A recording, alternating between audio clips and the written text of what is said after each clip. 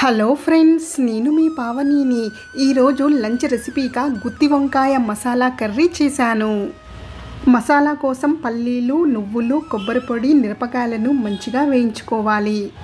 వంకాయలను బాగా కడిగి నూనెలో దోరగా వేయించుకోవాలి. ఆ తరువాత బాణీలో నూనె పోసి పోపు దినుసులు వేసి ఆల్రెడీ వేయించుకున్న పల్లీలు, నువ్వులు, కొబ్బరిని మిక్సీలో వేసి ఆ మసాలాని ఈ బాణీలో వేయాలి.